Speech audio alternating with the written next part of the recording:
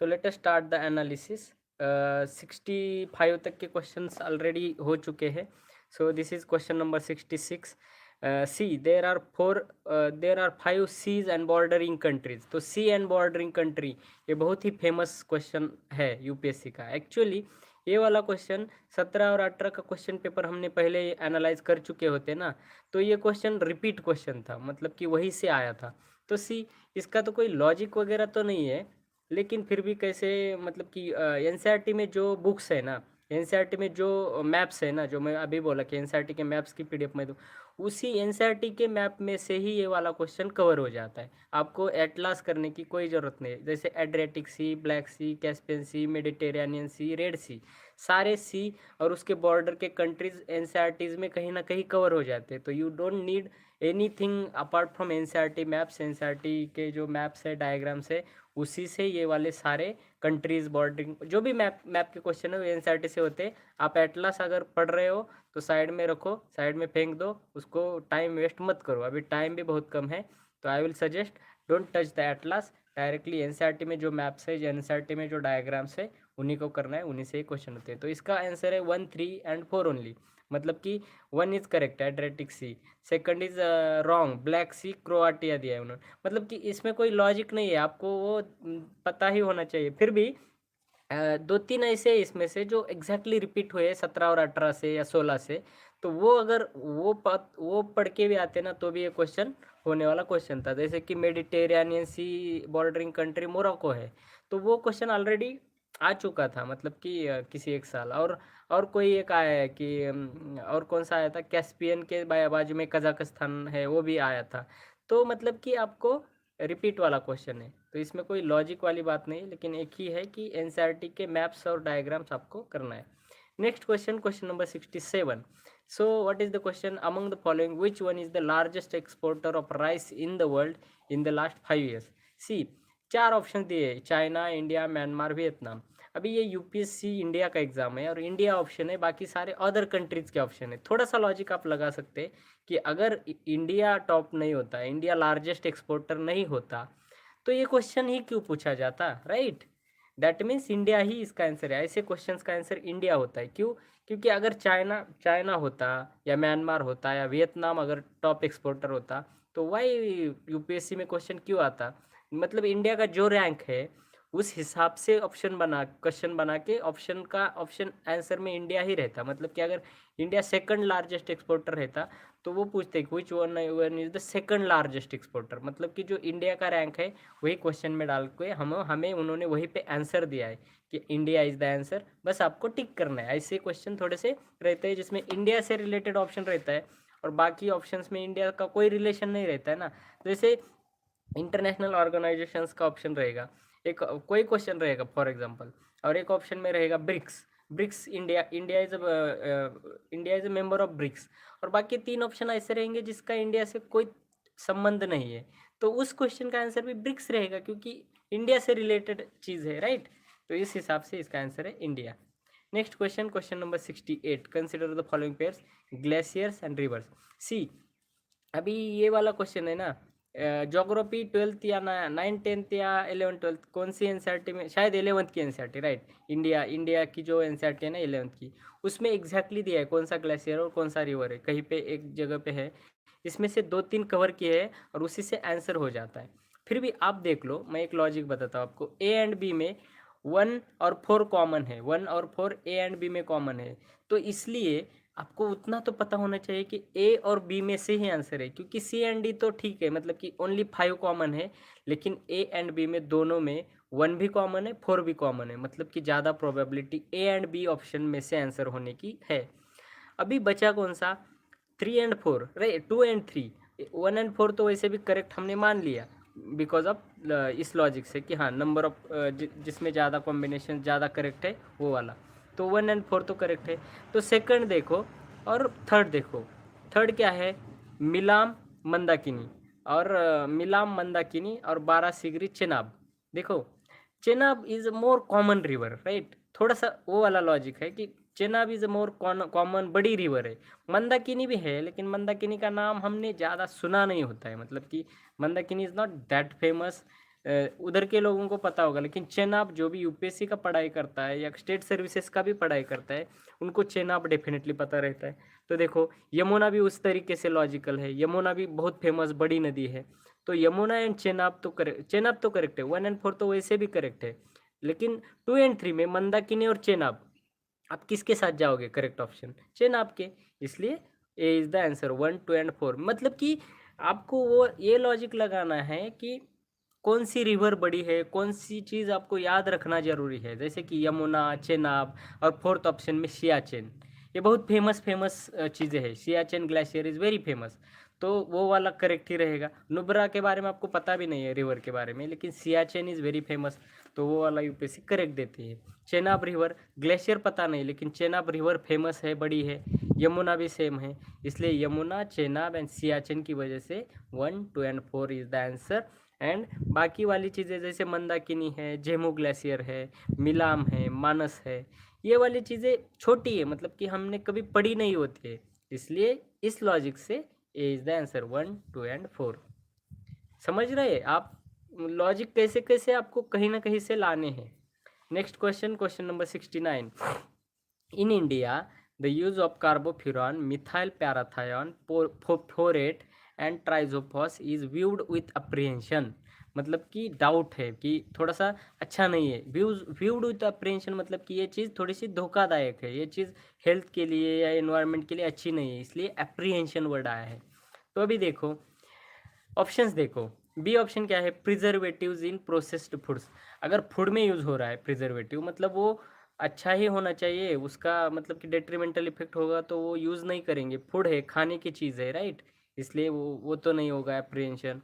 Fruit ripening agents, fruit भी खाने की चीज़ है, मतलब कि राइट, फ्रूट फ्रूट भी डायरेक्टली खाते हैं। मॉइस्चराइजिंग एजेंट्स इन कॉस्मेटिक, देखो वो भी फेस को लगाते हैं हम कॉस्मेटिक्स, तो वो भी अगर डेट्रीमेंटल है तो यूज़ नहीं होगा, तो उसको भी इशू नहीं है। लेकिन पेस्टिसाइड्स इन एग्रीकल्चर, देखो पेस्टिसाइड्स हमें पता है कि खेतों में अगर मतलब कि खेतों में अगर पेस्टिसाइड्स ज़्यादा यूज़ होंगे तो उसका इन्वायरमेंट को डिट्रीमेंटल इफेक्ट होता है, इन्वायरमेंट में वो मतलब कि एक्यूमुलेट होते रहते हैं, इसलिए अप्रीहेंशन तो होगा पेस्टिसाइड्स को। बाकी चीज़ों को अप्रीहेंशन नहीं है क्योंकि वो डायरेक्टली यूज़ हो रहे हैं। लेकिन एग्रीकल्चर में क्या होता है, पेस्टिसाइड्स वगैरह डायरेक्टली मतलब कि खेतों में यूज़ होंगे और उसका डेट्रीमेंटल इफेक्ट होगा खेतों में या इन्वायरमेंट में, इसलिए it will be viewed with apprehension. तो उस हिसाब से आपको ऑप्शंस को देखना है कि वो दी जो चीज़ दी है ना वो किसके लिए यूज़ होती है। पेस्टिसाइड किसके लिए यूज़ होते हैं? खेतों में डालते हैं, तो वो डायरेक्टली बॉडी को तो यूज़ नहीं कर रहे, इसलिए उसको नज़रअंदाज करते हैं लोग। लेकिन food, fruit, ripening agent, cosmetic की उसको ज़्यादा अच्छे से फिल्टर करके ही आता है, राइट, मतलब कि चीज़ें। इसलिए pesticide is the answer. Pesticides में मतलब कि जल्दी जल्दी ट्रायल होते हैं, जल्दी जल्दी मार्केट में लाने की कोशिश की जाती है, मतलब कि उस हिसाब से उतना ज़्यादा अच्छे से उसको मतलब कि रेगुलेट नहीं किया जाता जितना preservatives, ripening agents, moisturising agent, इनको रेगुलेशन ज़्यादा है क्योंकि वो डायरेक्टली बॉडी पे यूज़ होने वाले हैं। इसलिए इसका आंसर है A, pesticides in agriculture. Next question, question number 70। तो ये क्वेश्चन है, 3 ऑप्शंस दिए हैं और वो बोला है कि कौन सा करेक्ट है। तो देखो फर्स्ट ऑप्शन देखो, under Ramsar convention it is mandatory. See mandatory word आया, आगे का आप पढ़ लेना। On the part of the government of India to protect conserve all the wetlands, all word भी आया, मैंडेटरी भी वर्ड आया, ऑल भी वर्ड आया, इसलिए 1 इज़ रॉन्ग। इसलिए ए एंड डी को मैंने एलिमिनेट कर दिया क्योंकि 1 is there in A and D. बचा कौन सा? B and C. अभी बी एंड सी दोनों में 3 तो ऑलरेडी है, तो 3 क्या है? The wetland conservation management rules 2010 also encompass the drainage area of catchment region of the wetlands as determined by the authority। मतलब कि ये स्टेटमेंट करेक्ट है, ऑलरेडी कॉम्बिनेशन से पता चलता है। अभी सेकंड वाला देख लो, अभी सेकंड वाला देखना है हमें, बी आंसर है या सी आंसर है, इसलिए हमको देखना पड़ेगा 2 इज करेक्ट और रॉन्ग। तो 2 क्या है? The wetland conservation management rule 2010 were framed by government of India based on recommendations of Ramsar convention. सी।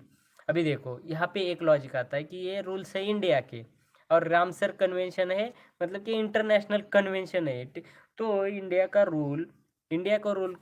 को रूल बनाने को कोई भी इंटरनेशनल ऑर्गेनाइजेशन रिकमेंड नहीं कर सकता है क्योंकि India is a sovereign country, right.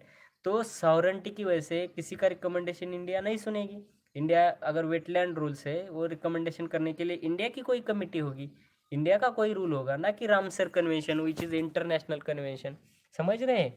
इसलिए टू इज़ रॉन्ग, इसलिए टू रॉन्ग है। इसकी वजह से A B and D two wrong है। इतना भी आपको पता चला तो वैसे भी एलिमिनेट करते, and C three only is the answer. Okay, so let me move to the next question.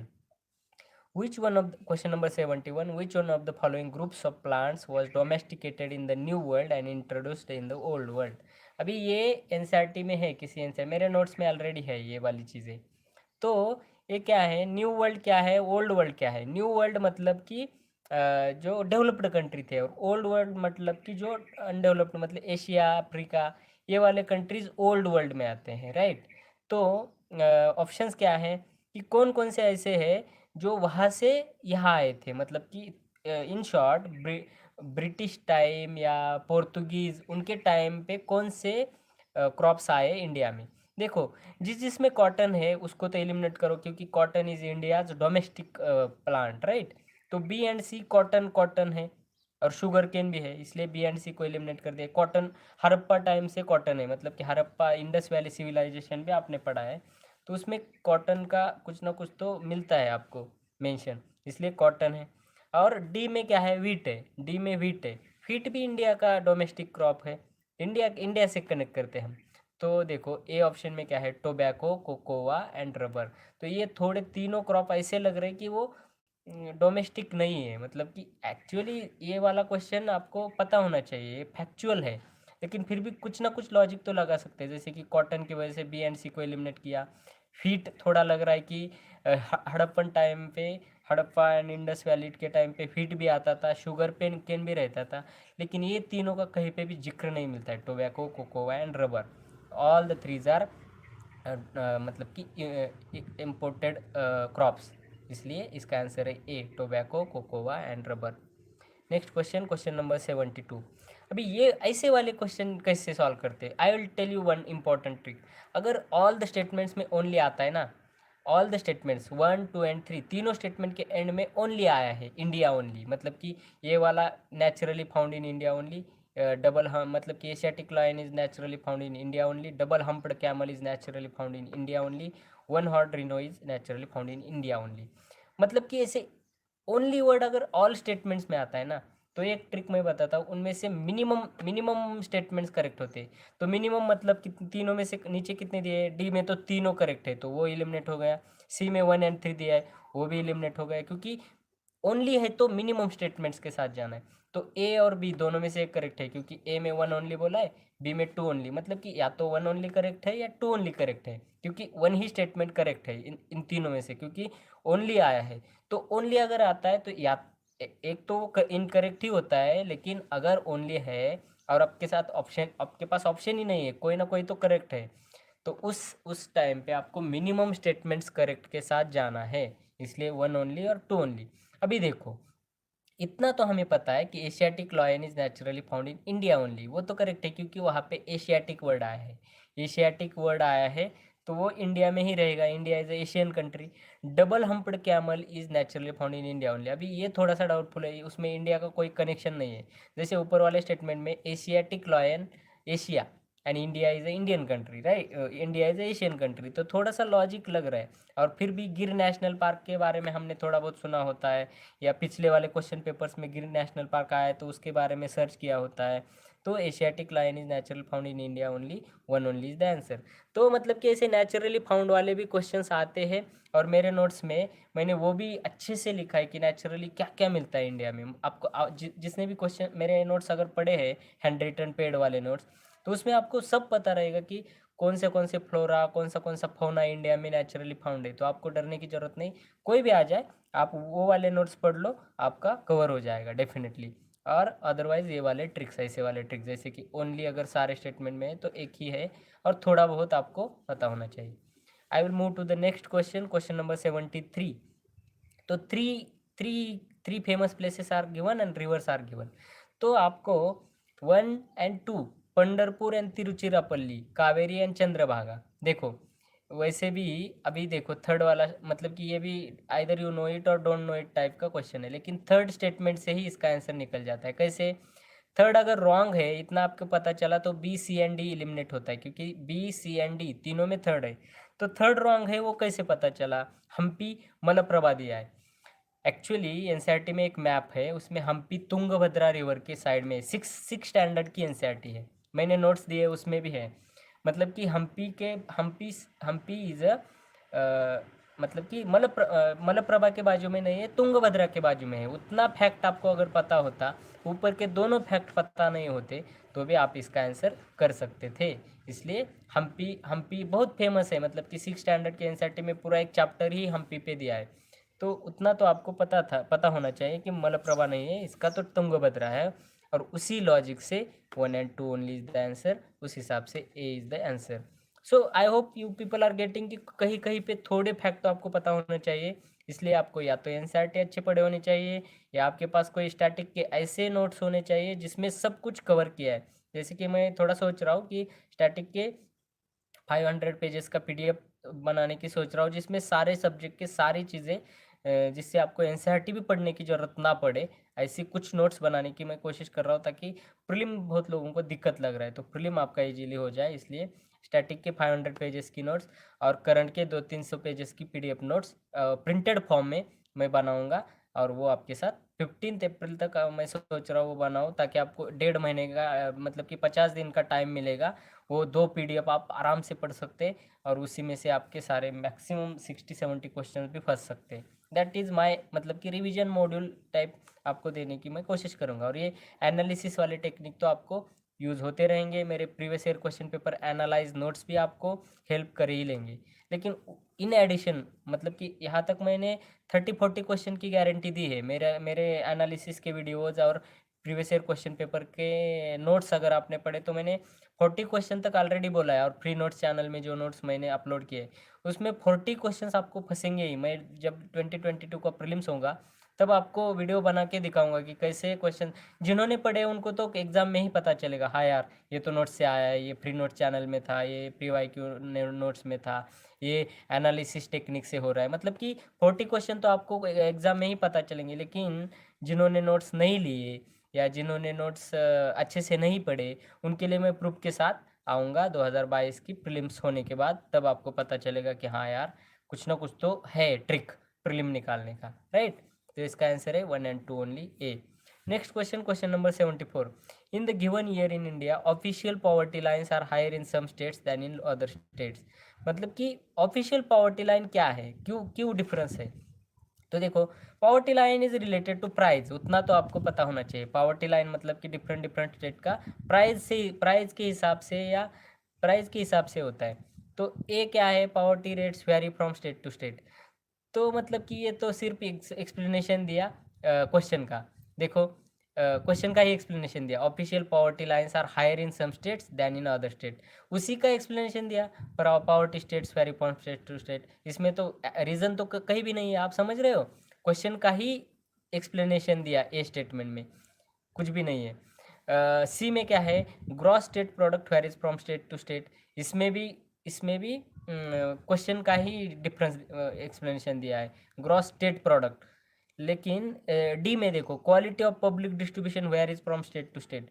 Quality, हाँ क्वालिटी तो पीडीएस का डिफरेंट है मतलब कि, लेकिन उससे poverty line higher and lower होने से कोई मतलब नहीं है।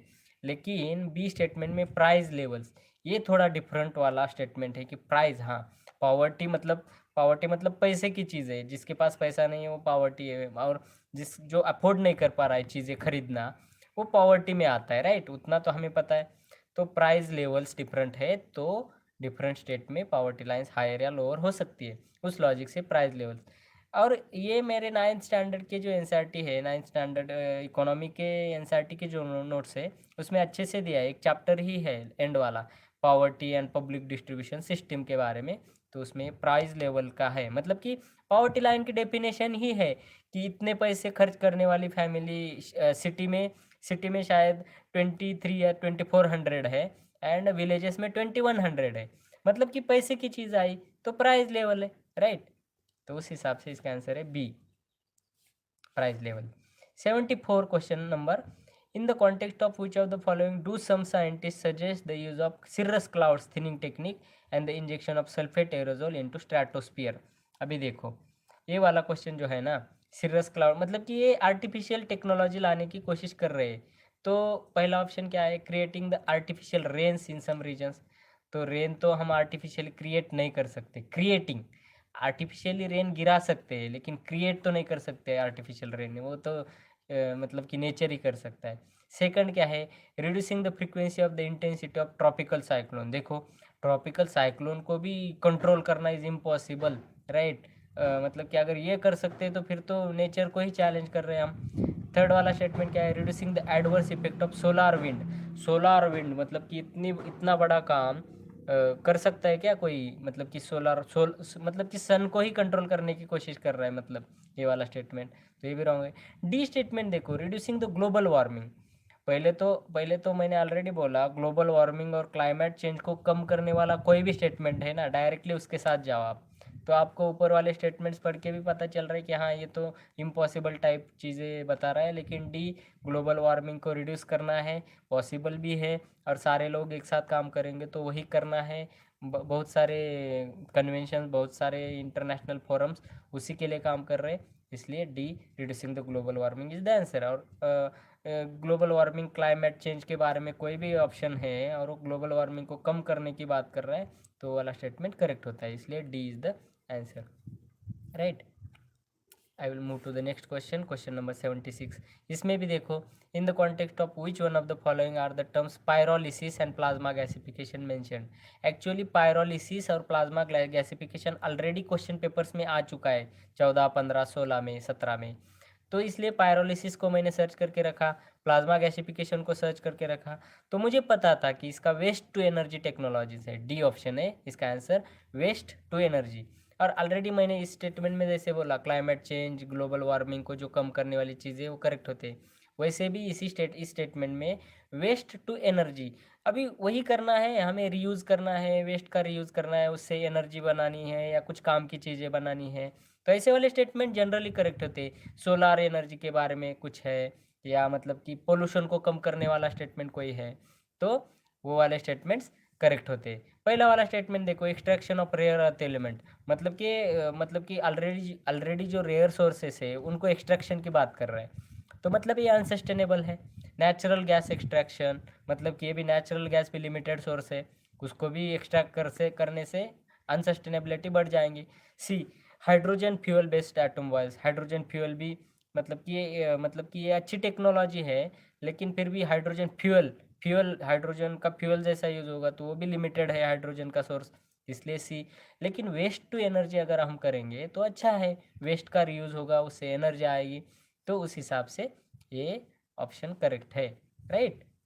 आई will move to the next question, question number 77। Which of the following are in the Agasthyamala biosphere reserve.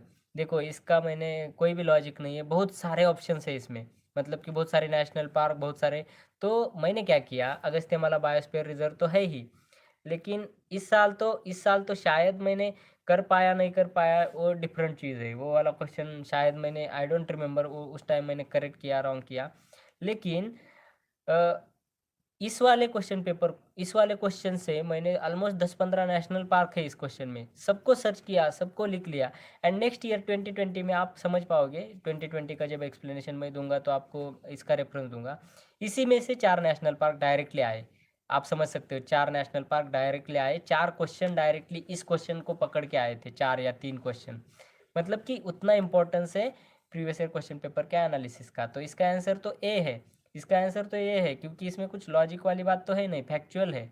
लेकिन ये सारे ऑप्शन में जो जो नेशनल पार्क, जो जो टाइगर रिजर्व्स है उनको मैंने सर्च किया और मेरे नोट्स में लिख लिया। आप मेरे नोट्स में इन सारे ऑप्शन का आप मेरे नोट्स में मेंशन देख पाओगे। वही मेरा लॉजिक रहता है कि क्वेश्चन पेपर में जो आया वो छोड़ना नहीं है, उसी से आपके प्रीलिम्स के मार्क्स बढ़ जाते हैं। नेक्स्ट क्वेश्चन, क्वेश्चन नंबर 78, इसका आंसर है ये, तो आप देख लेना, ये Neyyar Peppara and Shendurney wild life sanctuary, Kalakkad Mundanthurai tiger reserve, बहुत सारे हैं, मैं वेस्ट नहीं करूँगा इसमें टाइम, क्योंकि इसमें कुछ लॉजिक नहीं है। तो I will move to the next question, question number 78। देखो, कंसिडर द फॉलोइंग स्टेटमेंट्स, और 4 ऑप्शन दिए हैं, और ऑप्शन देखो कैसे है। Some species of turtle are herbivorous, some species of fish are herbivorous, some species of marine mammals are herbivorous, and some species of snakes are viviparous. मतलब कि सम species बोला है, ऑल स्पेसीज बोला है नहीं।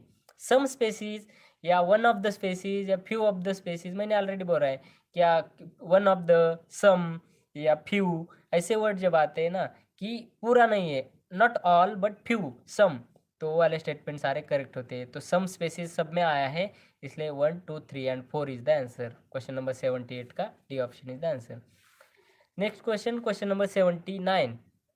तो ये देख लो, वाइल्ड लाइफ दिया है, नेचुरली फाउंड इन दिया है, तो डायरेक्टली सेकंड वाला देख लो, इरावदी डॉल्फिन, और बोला है कि चंबल रिवर। इरावदी लिखा है वहाँ पे, इरावदी एक रिवर है, उतना तो हमें पता है कि हाँ इरावदी एक रिवर है। तो इरावदी डॉल्फिन चंबल रिवर में क्यों मिलेगा? इरावदी रिवर कहाँ है? इरावदी डॉल्फिन अगर है तो इरावदी नदी के साइड में कहीं ना कहीं मिलेगा, समुंदर में, इरावदी रिवर के माउथ में मिलता है डॉल्फिन, वो वाला इरावदी डॉल्फिन। ब्रैकिश वाटर में, मतलब कि माउथ में मिलता है समुंदर, और इरावदी रिवर जहाँ पे मिलती है वहाँ पे वो वाला डॉल्फिन मिलता है। और कहीं कहीं पे मिलता है, पुलकित लेक या और कुछ कुछ लेक में मिलता है ये डॉल्फिन। तो चंबल रिवर में तो नहीं मिलेगा, क्योंकि चंबल रिवर जानबूझ के दिया है उन्होंने, इसलिए 2 is wrong.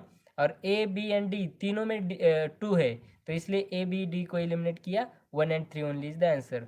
1 and 3 only is the answer. In addition मैंने क्या किया, ब्लू फिंड मशीर को मैंने सर्च किया और नोट्स में लिखा, रस्टी स्पॉटेड कैट को लिखा, तो मतलब कि वो क्या है, फ्लोरा फौना कहाँ मिलता है, उसका क्रिटिकल इंडेंजर्ड डेंजर्ड क्या है, वो चीज़ें। और ये वाला क्वेश्चन कैसे सॉल्व किया, इरावदी रिवर बोल रहा है, इरावदी डॉल्फिन बोल रहा है, और चंबल रिवर बोल रहा है, ताकि ना कि इरावदी रिवर, राइट। इसलिए इसका आंसर है C, 1 and 3 only, because 2 is wrong. Next question, question number 80। Why is there a great concern about microbeads that are released into environment? मतलब कि माइक्रोबिड्स के बारे में क्या कंसर्न है? तो ये देख लो, मैंने ऑलरेडी बोला कि देखो बी ऑप्शन क्या है, they are considered to be cause skin cancer in children.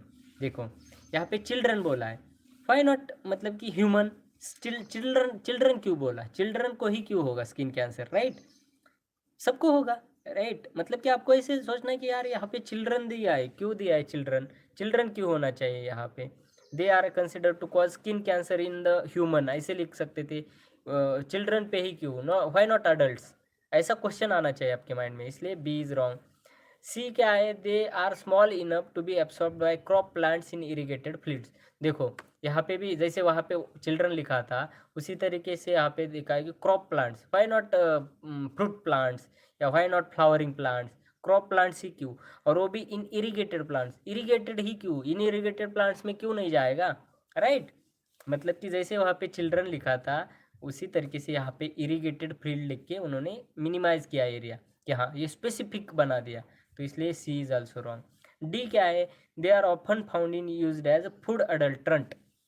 अभी देखो, फूड अडल्ट्रेंट में अगर यूज़ करेंगे तो उसको अच्छे से रेगुलेट किया जाएगा, मैंने ऑलरेडी बोला फूड में जो चीज़ें यूज़ होती है ना उसको अच्छे से रेगुलेट करते हैं, तो इसलिए वो फूड अडल्ट्रेंट में तो यूज़ नहीं होता है माइक्रोबीड।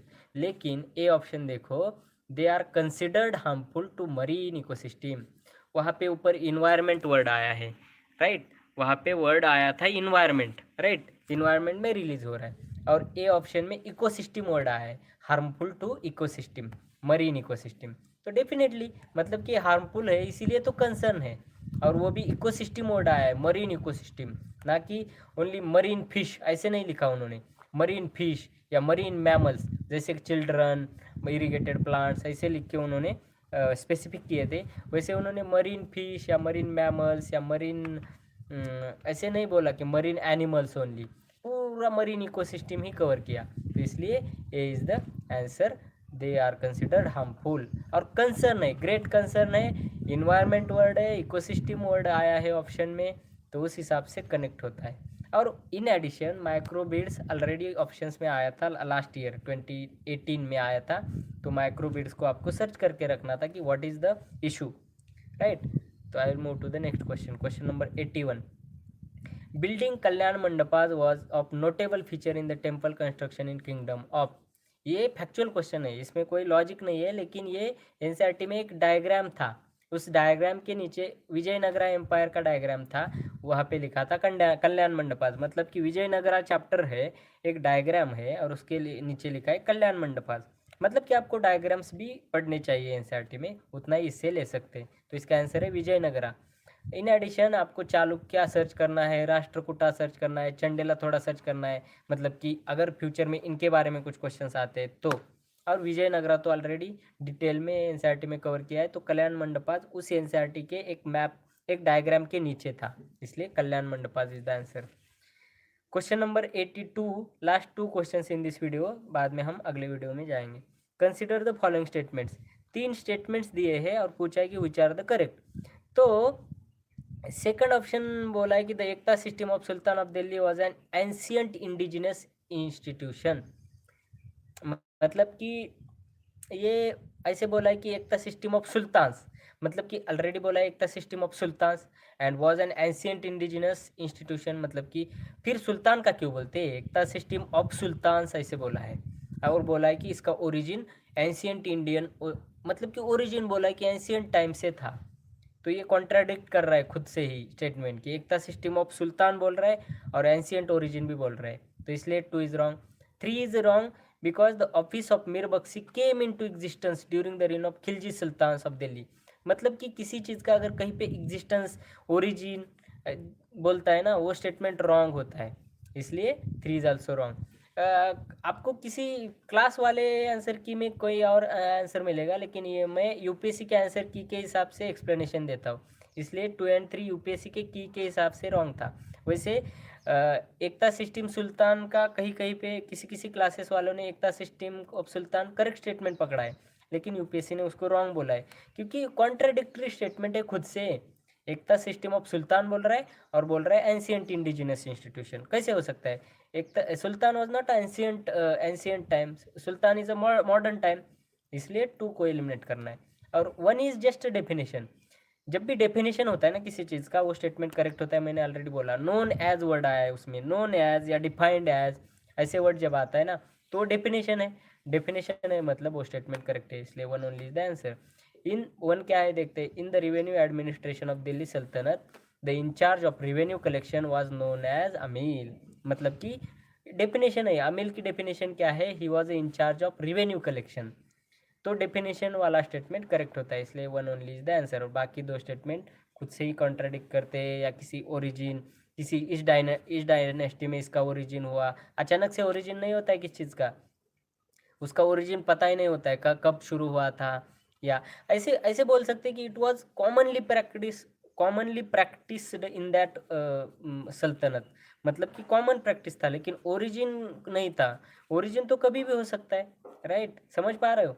इसलिए और अगर किसी चीज़ का ओरिजिन या एंड बोलते हैं ना, तो वो वाले स्टेटमेंट रॉन्ग होते हैं, स्पेशली हिस्ट्री में, क्योंकि ओरिजिन भी स्लोली स्लोली होता है, एंड भी स्लोली स्लोली होता है किसी भी प्रैक्टिस का।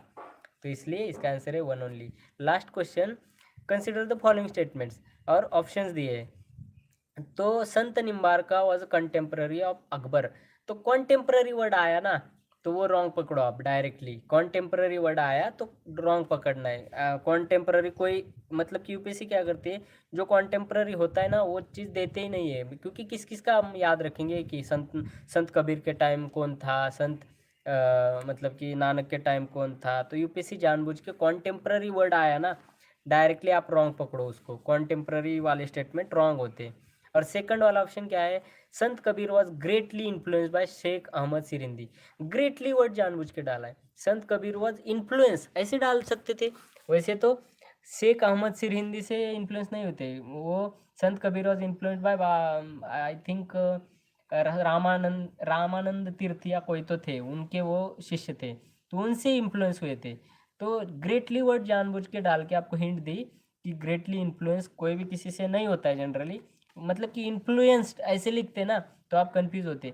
लेकिन ग्रेटली इन्फ्लुएंस बोल के ग्रेटली वर्ड डाल के, जब एडजेक्टिव, अननेसेसरी एडजेक्टिव्स अगर आते हैं क्वेश्चन में, जैसे यहाँ पे ग्रेटली है या स्मार्टली, ऐसे ही जानबूझ के कोई ना कोई ऐसे एडजेक्टिव डाल दिया, तो वो वाला स्टेटमेंट रॉन्ग होता है, इसलिए D, neither 1 nor 2 is the answer. और इन एडिशन संत कबीर भी याद रखना है आपको, और संत शेख अहमद सिरहिंदी। दो दो फैक्ट आपको एक स्टेटमेंट में याद रखने को बोल रहा है, तो वाला स्टेटमेंट रॉन्ग है। उसी हिसाब से 1B संत निम्बारका और अकबर दोनों भी फैक्ट है और कंटेम्पररी बोल रहा है, तो इसलिए वो स्टेटमेंट्स रॉन्ग होते हैं। तो आई होप कि आपको नए नए ट्रिक्स समझ में आ रहे हैं, नए नए ट्रिक्स आपको अप्लाई करने को आ रहा है कि हाँ ऐसे कौन सा ट्रिक कब अप्लाई करना है, कैसे करना है। नोट्स आप पढ़ रहे हो, तो आई होप कि you are getting whatever you needed. जितने लोग देख रहे हैं उनको फ़ायदा हो रहा है, उतना मेरे लिए काफ़ी है। जो लोग नहीं देख रहे, let them do leave it. 2022 prelim जब देंगे, और जो सिंसियरली वीडियो फॉलो कर रहे हैं, जो मेरे PYQ के नोट्स अच्छे से पढ़ के जा रहे हैं, और जो मैं करंट के नोट्स लेके आऊँगा या स्टैटिक के नोट्स लेके आऊँगा, आपको ज़रूर फ़ायदा होगा और 2022 के प्रीलिम में आप अच्छा करोगे, आई होप। क्योंकि देखो, जो चीज़ रेयर होती है ना, वही चीज़ मिलने में दिक्कत होती है। मतलब कि मेरे वीडियोस सबके पहुंच नहीं रहे हैं, मतलब कि only limited people are watching my videos, and I am happy that जो भी देख रहे हैं अच्छे से देख रहे हैं, उनको फ़ायदा हो रहा है।